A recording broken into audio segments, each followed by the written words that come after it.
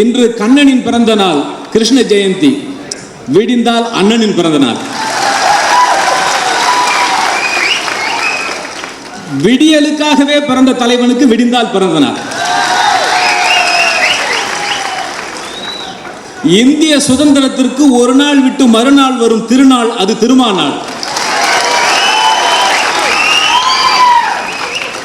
ஆம், இந்திய விடுதலைக்கு 2 நாள் கழித்து பிறந்திருக்கிறது இன விடுதலை.